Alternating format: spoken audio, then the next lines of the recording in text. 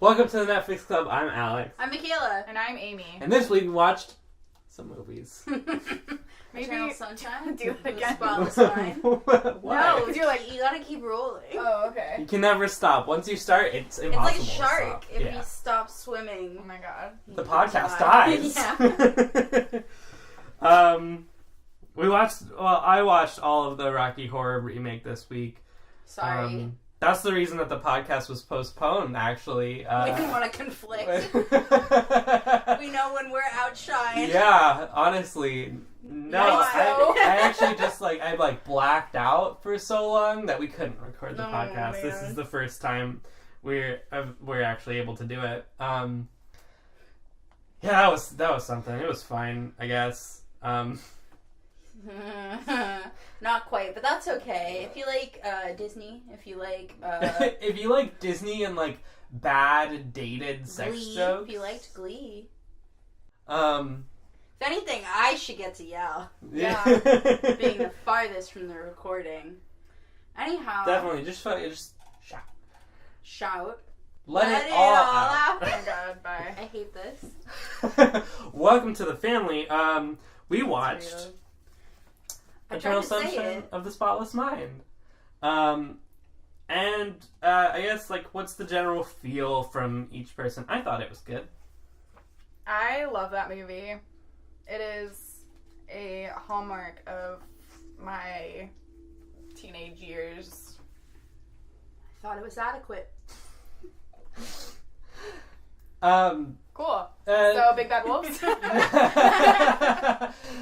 Maybe let's hop on back to Eternal Sunshine real quick. So, I feel like a lot of people have seen it, so we probably don't have to spend a lot of time yeah, breaking I down mean, the plot. just That's true. quickest way to settle on the plot is it plays out like a love story. We catch the ending of it. We catch where all the bad stuff happens, and the dude decides to delete all his memories of the relationship, which is an option in this universe. And we see the relationship play out backwards as his memories are being deleted.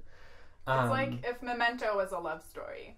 Kinda, yeah. I was thinking about Memento a lot, actually, during this watch. I mean, yeah, how can you not? I'm pretty sure on Netflix, in the cerebral, movie section, or it's because you watched Eternal Sunshine, It it recommends recommends Memento. Memento. Because Yeah. you like to think and be sad.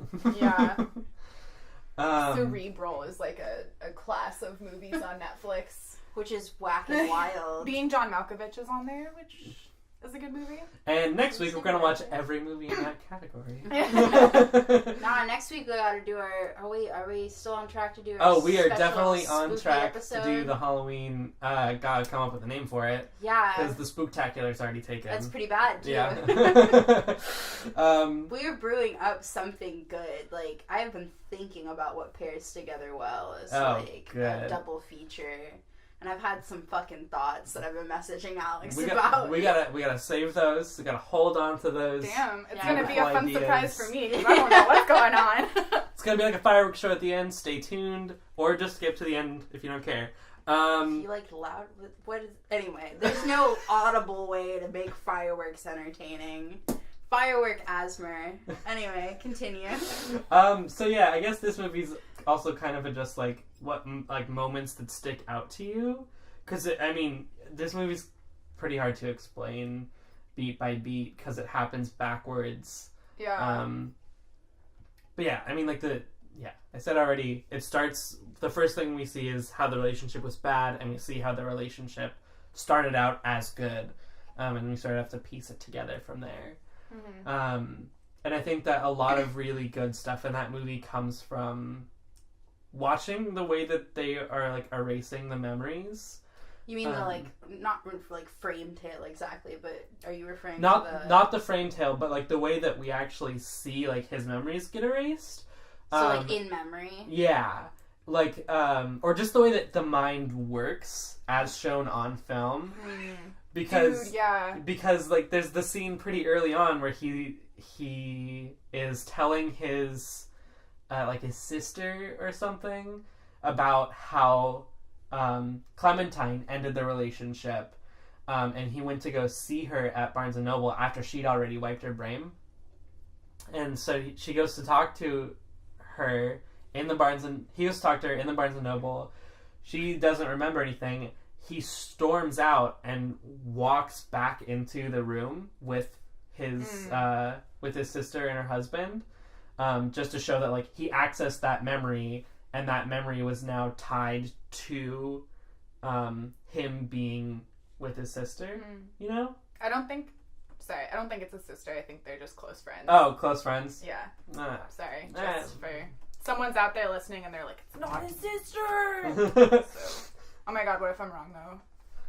We could both be wrong. It's They're so cousins. super negligible. No one's like, I think it's totally fine. The point being, Michaela is, the like, peacekeeper. I know. Peacekeeping for me comes from apathy. So like watching the argument play out it's not a fun time for me. That's fair. Thanks for picking stuff up from my floor, Amy. No problem. Yeah, I don't think it quite matters what their No, it doesn't. relationship is. But Yeah, but they're just like, that, like- the role that they play is like letting him know that she elected to have her memories erased, so that he can make the same decision out of spite, for the most part, and then have his like descent into regretting that decision. Yeah. They're kind of like always the gateway to Clementine, because like they're how he met Clementine, and then they're also how he found out that she erased him, which is how he like kind of fell back in love with her, I guess. Like Clean slate. Not really though. because he ended like, you know, going back, like the last thing he remembered before waking up, like a dream upon waking is like one of the things that what's his name, the old dude, Mr. Doctor Man? the doctor man, Yeah, yeah, Mr. Doctor. That's what he's credited as. Uh-huh. Harold or something, I don't know. Harold is a doctor name. Yeah, Sorry. makes sense. Go ahead. He is like, yeah, he says it's like a dream upon waking. So like Joel wakes up and he like remembers like he just like had a dream like about this person he was like super in love with, and the last thing you hear before he wakes up and like goes about his day is meet me in Montauk, and that's why he like skips and goes to Montauk. Skips work, yeah. So it's like if they had erased his memories in the opposite direction, essentially, like it wouldn't have ended that way, you know? Like it would have ended with like bitterness. He would have like been left with the bitterness and not like the like longing or nostalgia kind of from interesting. the memory erasure process. Joel, played by Jim Carey. Yeah. Is that right? Yeah. That's right. Okay, but just think. This entire movie, exactly as it was, except played by Drew Carey.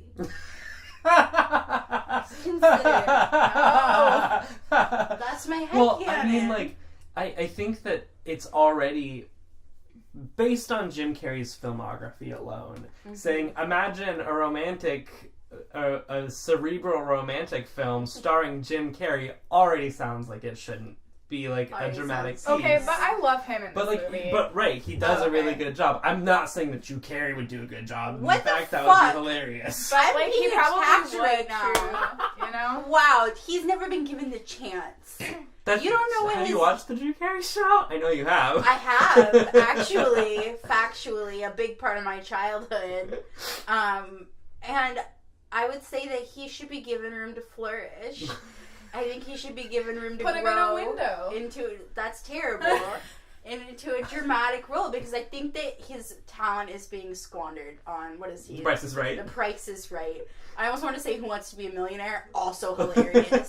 Dude, Fun we just party filled game. in as Exactly. Anything made better by swapping out exactly one character God. for Drew Carey. That's all. Sorry, aside over, but I think it's true.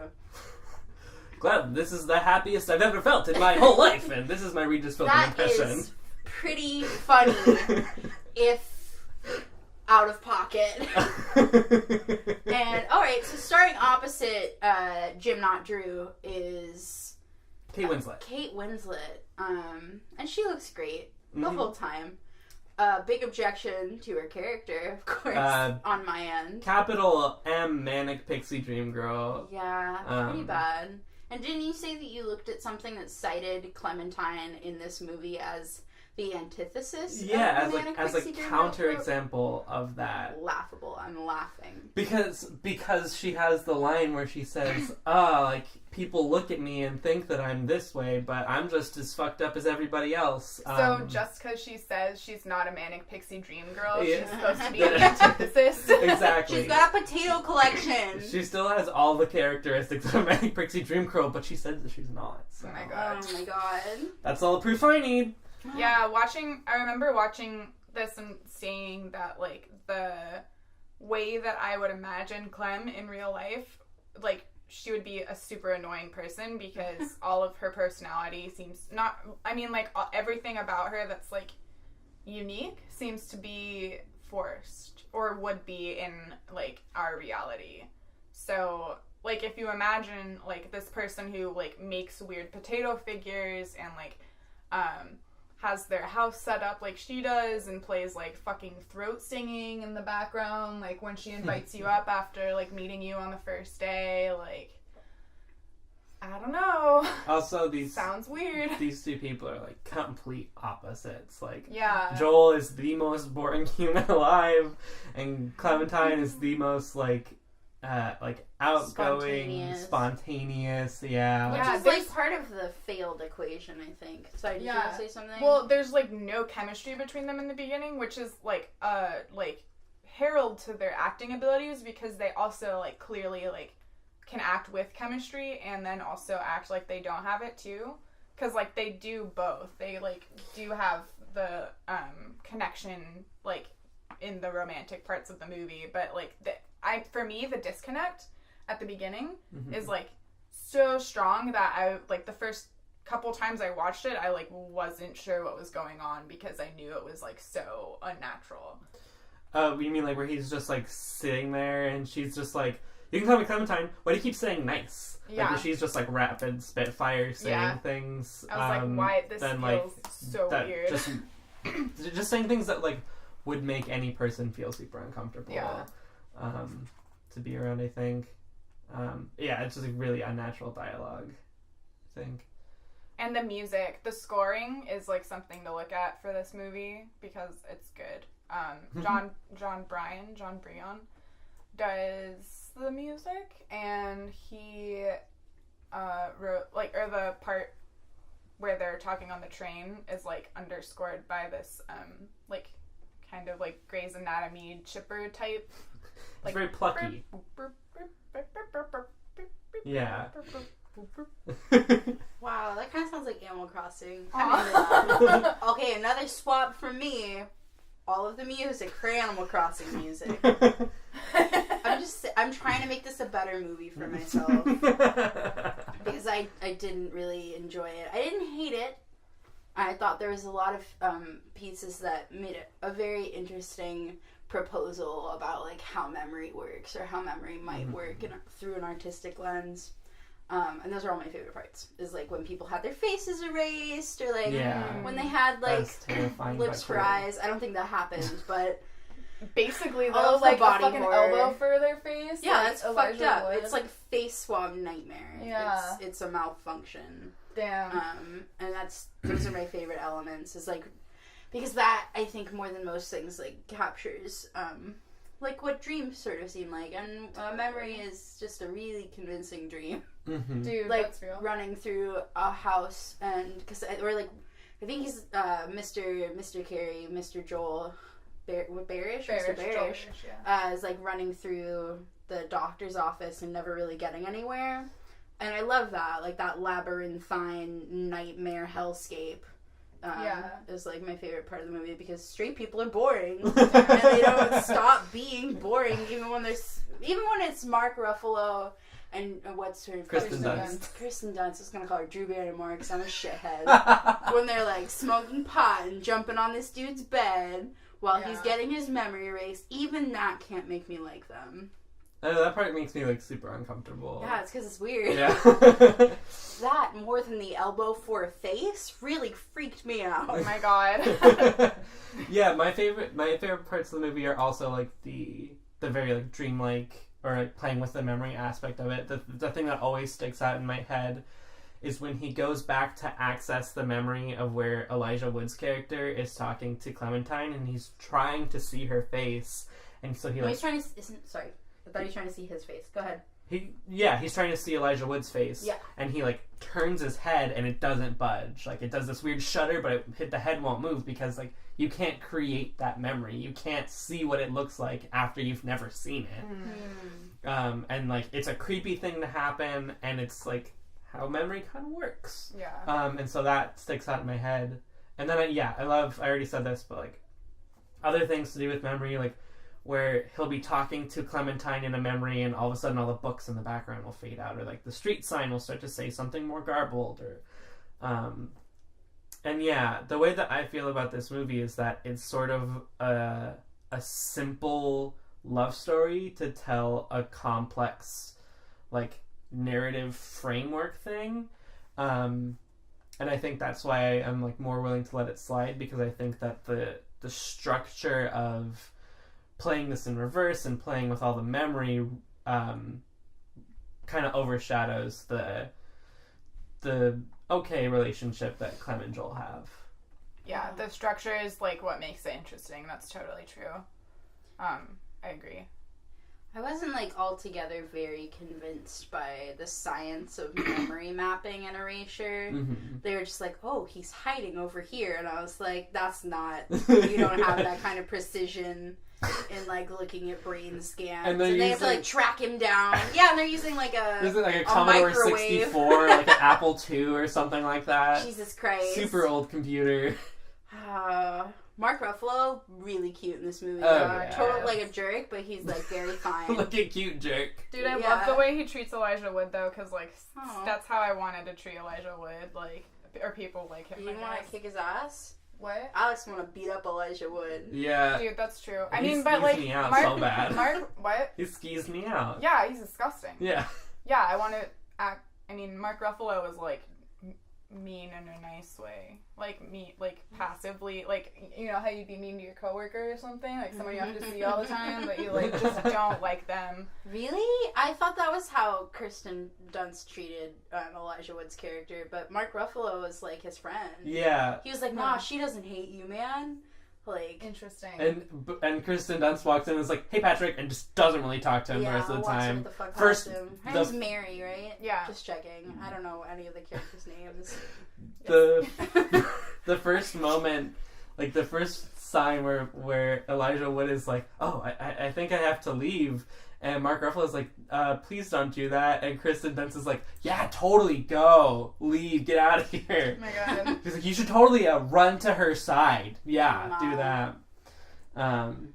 They're kind of caricatures of people as well, like Mary being like very sort of frivolous and like overexcitable. Mm-hmm. I don't know, like drinking dudes' booze and being a generally irresponsible person.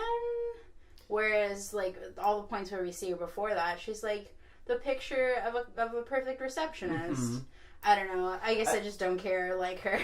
I mean, that reminds me of like some people that I knew who hold themselves very highly as like mature. Like she reads Nietzsche. Like she reads quotations. She like holds herself as somebody who's mature, but like once you get to like, I don't know, in a more personal setting, she's not really that mature. She's like still very young. You're totally right. I was super weirded out when she was like, I love quotes. I was like, okay. Yeah, I mean, it's obvious that like a lot of the professionalism or like maturity that she seems to have is like manufactured like for her love interest, which is Harold, like the older dude. Like she started reading quotes because I think Harold was into that or something, like really liked quotes, and she like, because there's like the scene in the movie where she's like, I thought I could tell you something you didn't know. Well, I think actually something interesting comes out of that, because she's like, oh, do you like quotes, Harold? And she's like tells him about the quote book that she's been reading from, and she like says a quotation to him, and he sort of like finishes it or says, "Yeah, I know that one," because he's read the thing that it came from. She read a book of quotations, and he's read Nietzsche. Damn. Damn. So that's like, wow, that is very interesting and cool, because it's like the simulacrum, kind of like. What's a simulacrum? Like maybe I didn't use that word right, but You know what a simulacrum is? I think it's like an imitation of reality, or like a symbol of reality. Yeah, kind of. Yeah, something that just like get my iPhone 4 out. I'll go ahead and whip up a Google search. The way it was defined for me was that like simulacrum's like a copy of a copy, sorta. So like she's like into the quotes which is like kind of fake deep, I guess, and Harold's like into the actual works, which is like real deep or whatever. Simulacrum is plural is simulacra, which is super interesting. Doesn't matter, just like words. Is a representation or imitation of a person or thing. There it is.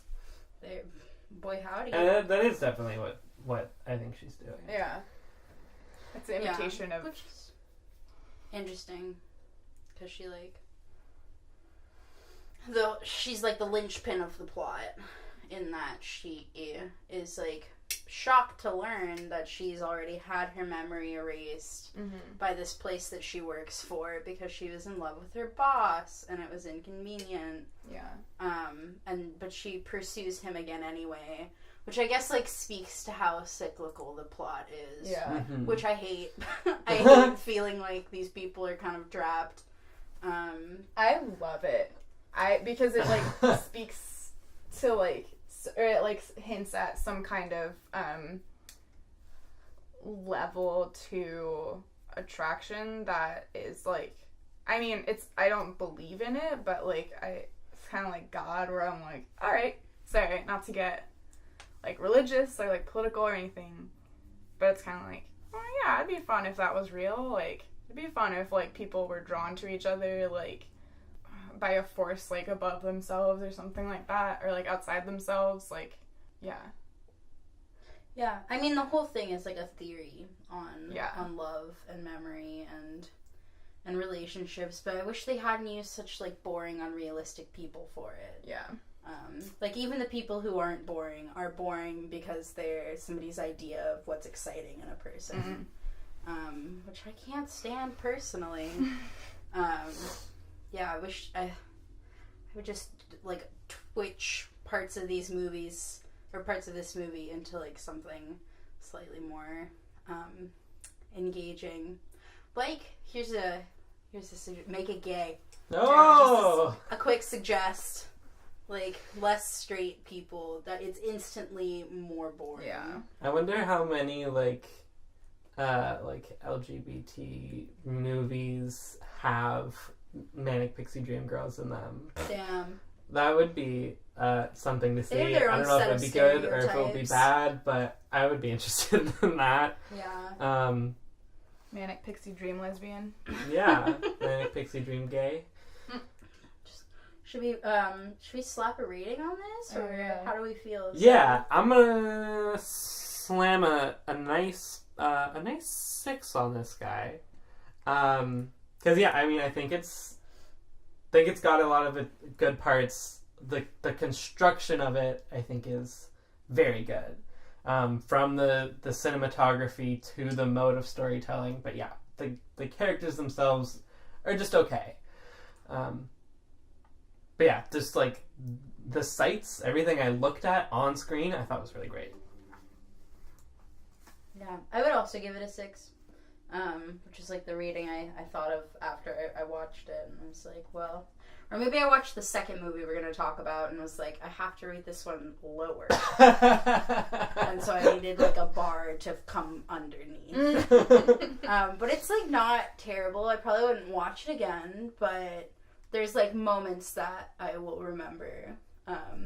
And maybe that's because I have a Tumblr and I've seen certain parts of it repeated a lot. But they're like good parts. Like I Wish I Knew You When I Was a Child. Great. Also, we didn't talk about it, but it's super weird. There's this part where Jim Carrey is like a child, a version of himself, and it's just him fully grown, but smaller, scaled down 0.5. Like if babies were tiny men. Really weird.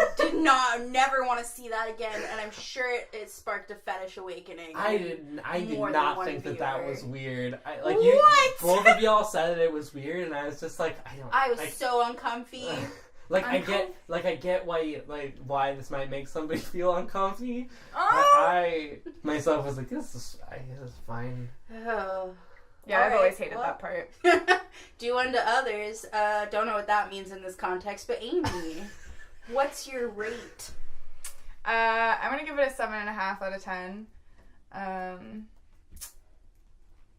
I think every time I watch it, it's like decreased a little bit since like the first time I watched it. Like when the first time I watched it, I gave it like a 10 out of 10. It was like my favorite movie. I loved it. But as time's gone on and as I've grown as a person, I'm gayer. Yeah. Yeah. 7.5. That's not too shabby. Yeah. All right, hopping on over to Big Bad Wolves. I need to make some comments. If you've been a listener of this show since episode 1, you've heard me say, even if you've been my friend outside of the show, you've heard me say great things about Big Bad Wolves. I watched it one time, and the first time I watched it, I just remember I definitely super enjoyed this. This movie was definitely like a 9 on my list. 9. Yeah, yes, 9. The first time that I watched it. But watching it again, I need to apologize to anybody who might have watched this based on my recommendation. Oh no!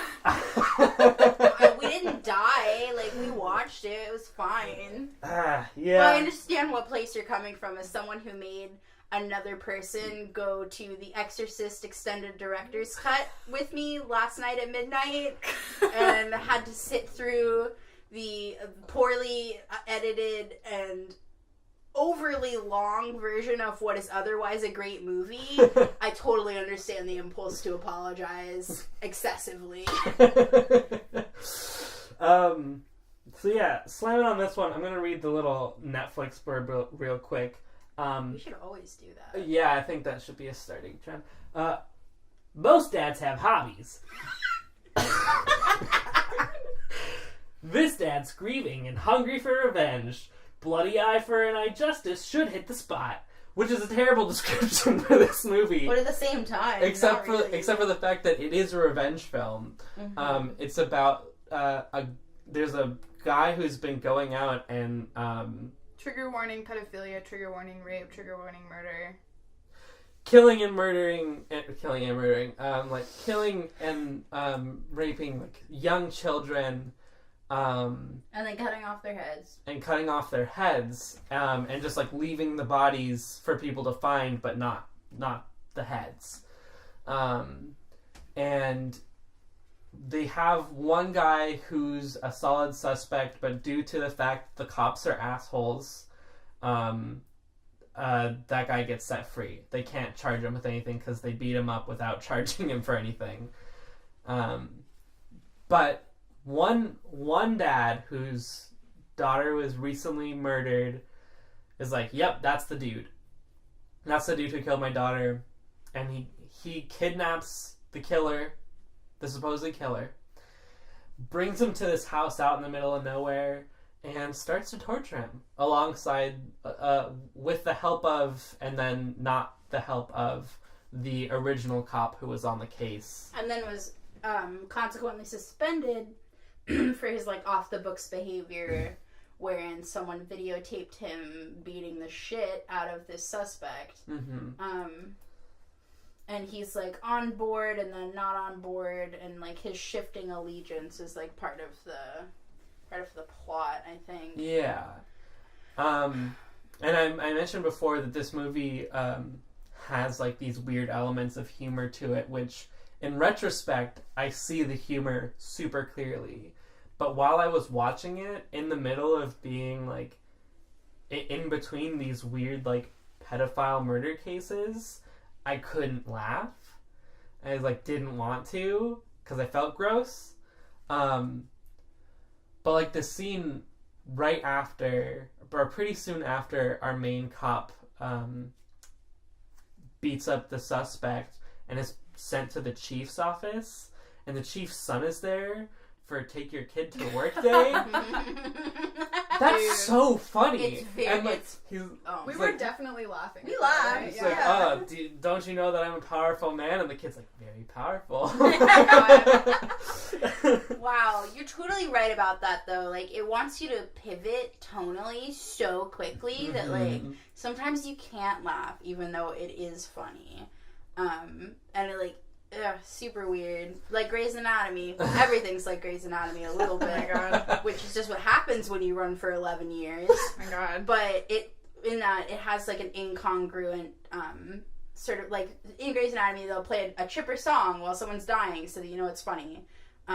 Which is whack and wild, similar to this movie, also categorized as whack and wild. There's also a funny moment. I wasn't taking notes, which I was a fool for. Because there's a moment really early on in the film, right when the cop is being suspended, where he's like, look, my hands are tied. This is something to do with the higher-ups. And then there's a moment... Shit.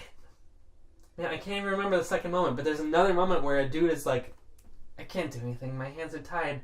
People above me. Rewind real quick. You got this. I figured it out. So, because the suspect, he hasn't been charged with anything, he is pretty convincingly, it seems like dude's innocent. Or, like, the movie wants you to see, like, the suspect is innocent. But all the kids have, like, seen the news and think that, like, yeah, our teacher, he's a weird pedophile murderer. And the principal walks in and is like, so, parents heard about it, can't really do anything about this, you're suspended. And then a few scenes later, the chief is with the cop, is like, look, the higher-ups saw what you did on that video, my hands are tied, you're suspended. It's like the same scene with two different people. And like, that's got a humor element to it. Yeah. I mean, I think my like main complaint with this movie can just be traced back to like the main, like the crimes that this guy was committing. Like, if he was like even like just a serial killer, but like him being like this like terrible, disgusting person, like I could not have even a moment of sympathy. So I was like pissed that I was supposed to. Yeah. I was pissed every time they like had the scene with like him calling. Oh, did I spoil it? Well, I mean, this shit's spoilers all the way through. We could call this show the Spoiler Club. Okay. Because that's all we do. Nice. True.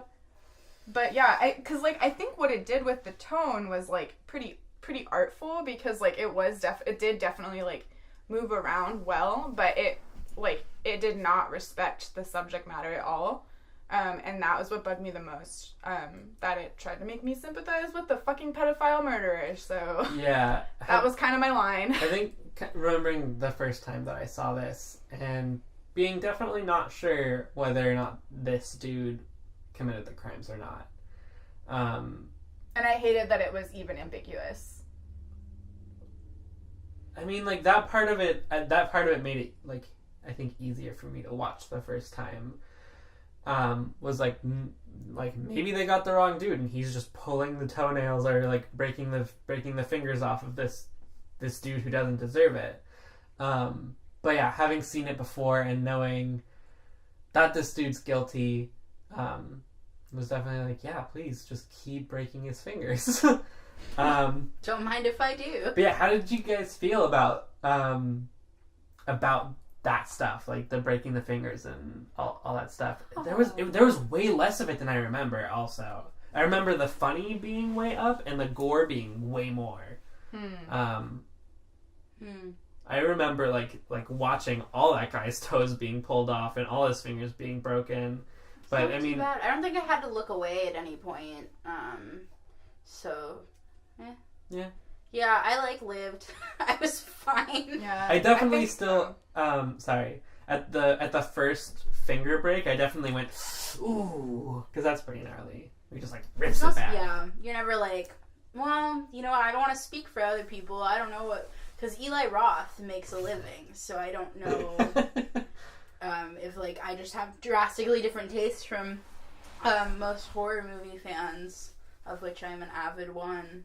But I thought it was kind of tame. I almost wanted him to suffer more. I voiced that while watching it. Did you? I said my only complaint was that, which isn't my only complaint, but it's a figure of speech. I mean, when he was baking the cake, I was like, really already? He's done suffering?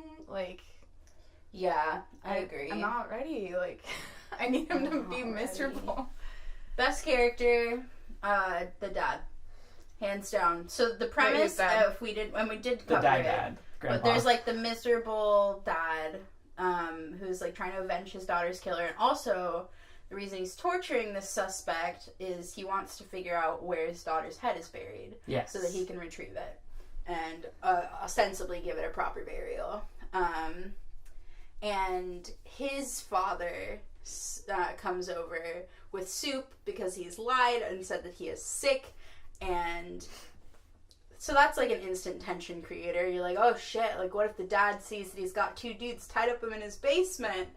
And the dad does, and the dad is you do the fire test? Yeah, the dad's instantly tell me what happened. Okay, I'm in. Yeah. It's pretty great. It's exactly what you want from an old dude, is a flamethrower. I'm pretty sure. Livens up any film. So he starts to participate in that, while at the same time the other running tension is that the suspect is trying to convince the cop that he is innocent. And he manages to do that in less than, 400 words, which I was super unconvinced by. Yeah, he just keeps saying the same thing. You have to listen to me. This is crazy. He keeps saying that over and over again. It's I have a daughter, and the cop's oh, shit, me too. This dude's relatable, which is just honestly my fucking catchphrase for this here podcast is, which I didn't find very convincing. That's I'm continually doubtful. So he tries to sway the cop, does, and then the cop tries to get free. There's a whole bunch of mishaps. That's hilarious. And eventually, how do we really want to spoil the end of it? Yeah. The ending's the worst part. That's true. The end. Do you want to go for the ending? Oh yeah, go for it. Go for it. Go for it, self. Thanks, me. The ultimate twist is that the cop gets free, he gets in contact with his wife, who's been trying to get in contact with him because their daughter is missing, and the cop instantaneously decides, this guy did it, and so he runs back to the basement that he escaped from, where the angry father has begun to saw off the pedophile's head, which is great. I'm super glad. With a rusty painful. saw. With a rusty saw blade. And he's keep him alive, keep him alive. Gotta figure out where my daughter is. And he dies. So he hands a pen to the hand that has been broken and beaten, and is here, write it down since you can't talk, since your neck just got sawed off.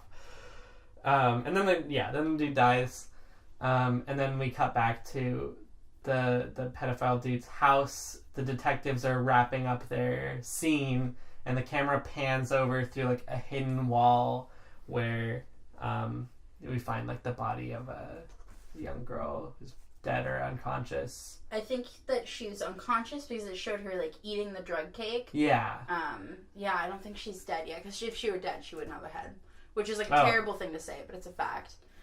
Additionally, hated that whole part, because Mr. Policeman says about his fellow detective that he's incompetent and that he he doesn't know shit about dick, which is something I've been saying lately. Little catchphrase. So, like, why would he be satisfied with an investigation that doesn't, like, probe the house for secret rooms? Okay, that doesn't make any sense. Yeah, the detective who's always shown eating, which is also, like, a little funny. Yeah, that's thing. his, like, one character trait. But yeah, he like, is just walking around the house, not touching anything. He's just like, don't see anything, and leaves. Yeah.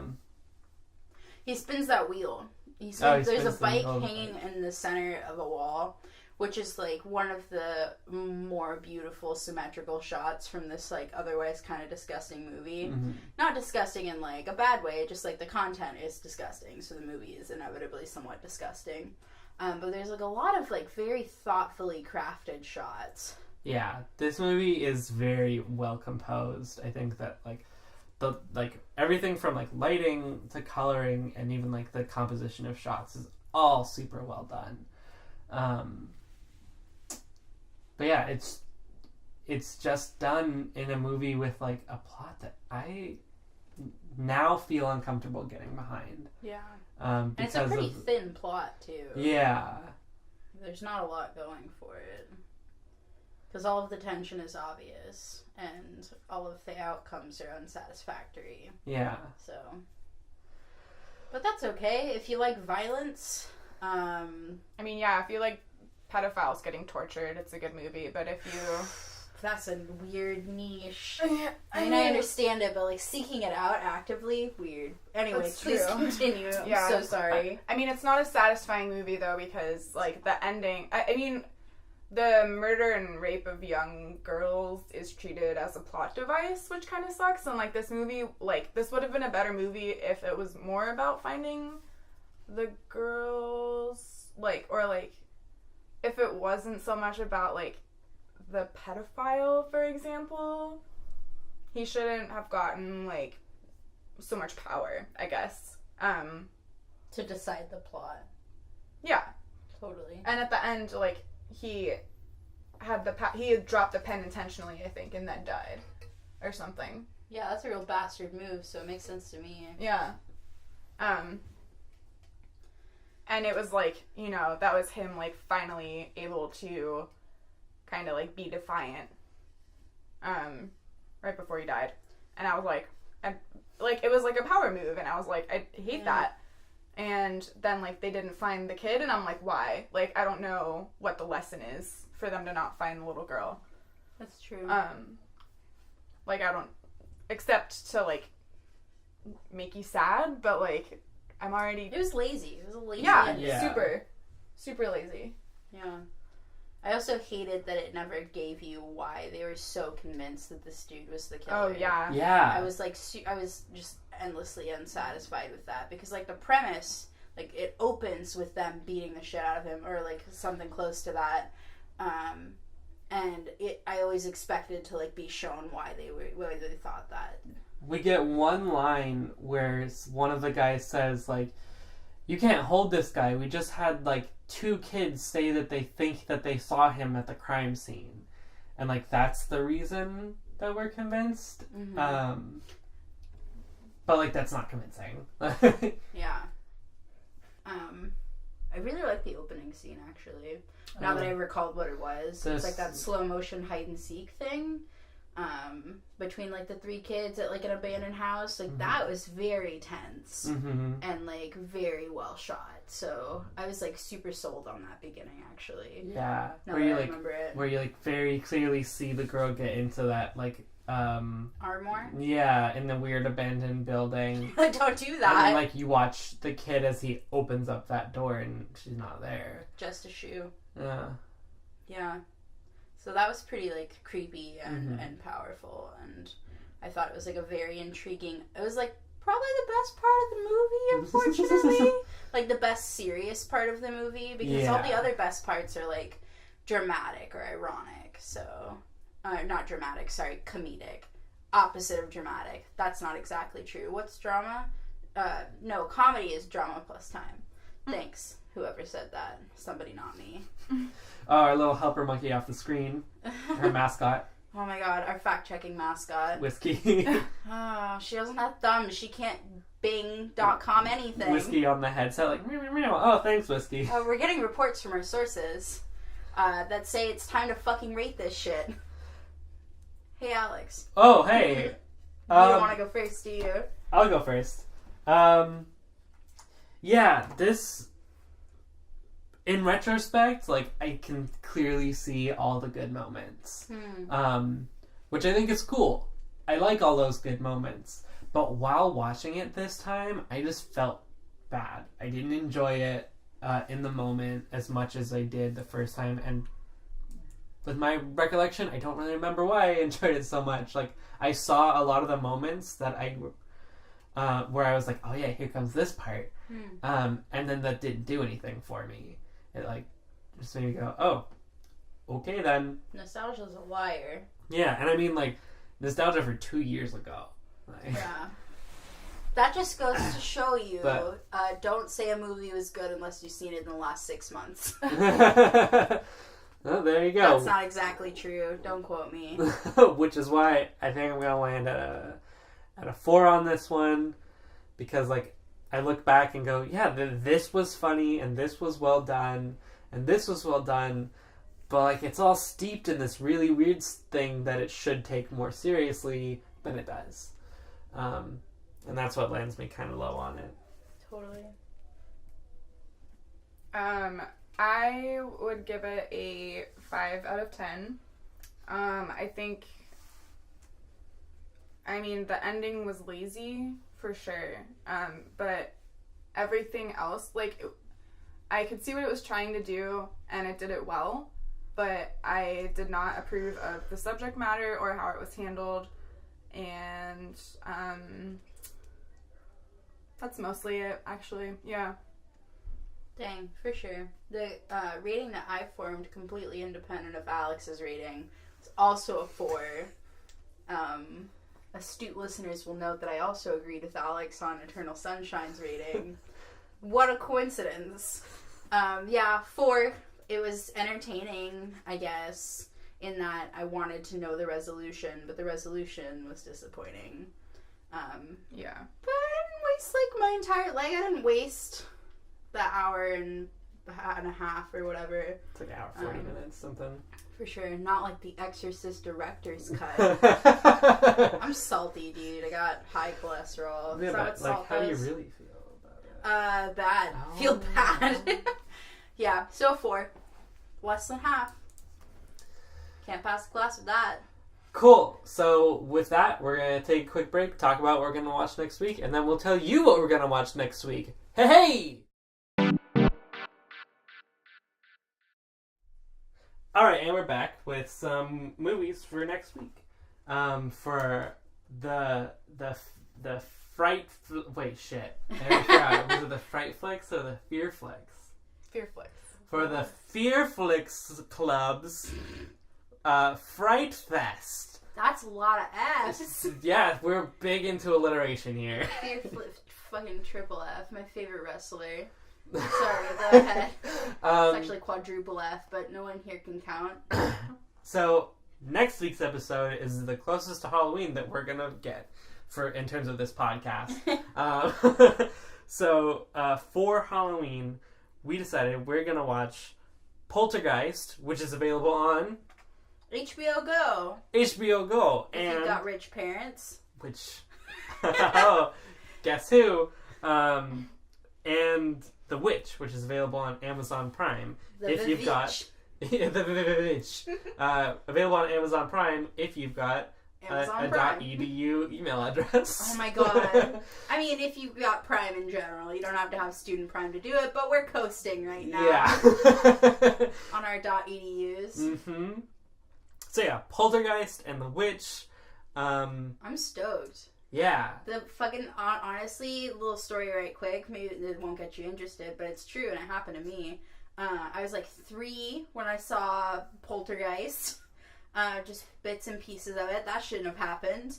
And I distinctly remember the part where in that clown doll comes to life, and so I grew up treating all of my stuffed animals really well. That's a fun little true fact. See, I only know... Well, I know some references to Poltergeist, but a lot of references to Poltergeist I know are from classic film Scary Movie 2. Which, by classic, I mean really bad. Classically bad. But there is, like... They do the doll gag. The fear gag? What's a gag but scary? Is that just like a jump scare? What's a gag but scary? A gag. Oh, okay. Also, some scary stories that I do want to share from my recent venture, taking care of my dogs at my parents' house over the weekend, and the gigantic house that when nobody is in it makes a lot of noise. Mm-hmm. I was like turning off the lights because I was leaving to go to like my cousin's birthday or whatever, and as I was walking out the door, I heard a child's giggle. I heard like a little. Alex, did you die? That is so scary. I was like, I'm leaving, and hopefully by the time I get back, I won't remember that. And I didn't remember that until like the next morning when I felt safe, which is good. But today, I left the house in the middle of the day, and when I came back, the water from the toilet nearest to the front door was running, and it stopped right when I looked at it. I was like, "What's that noise? Sounds like doesn't that just happen? Sounds like toilet running." I've never noticed that in the house that I've been in. I mean, it might just happen, but Haunted we might plumbing? also have somebody like secretly living in our walls. Fuck, that seems the more likely solution. Yeah, it's that little kid. That house is so big, it could happen. I know. Never go home again. That is so scary. I have to go home. This weekend was 4 days. I have to do 5 days in November. No. Gunner's not staring at you. What, is he staring behind me? Holy shit. That's bad. Moving the fuck on. Moving the fuck on. So we're watching Poltergeist, which is scary, Our Lives, which are scary, and The Vivitch, which my therapist said was scary. So catch you then for Fear Flicks Fright Fest or some fucking shit.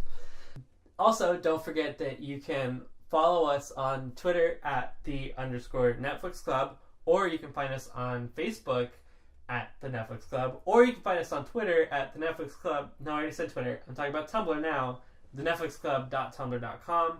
We are available on iTunes, and we're available on YouTube, and we were available on SoundCloud until I found out that SoundCloud only lets you upload so many gigabytes. So I'm figuring something else out, and I'll keep you updated on where to look for us for our audio-only version. So, yeah, that's us. All right, see you later. Bye.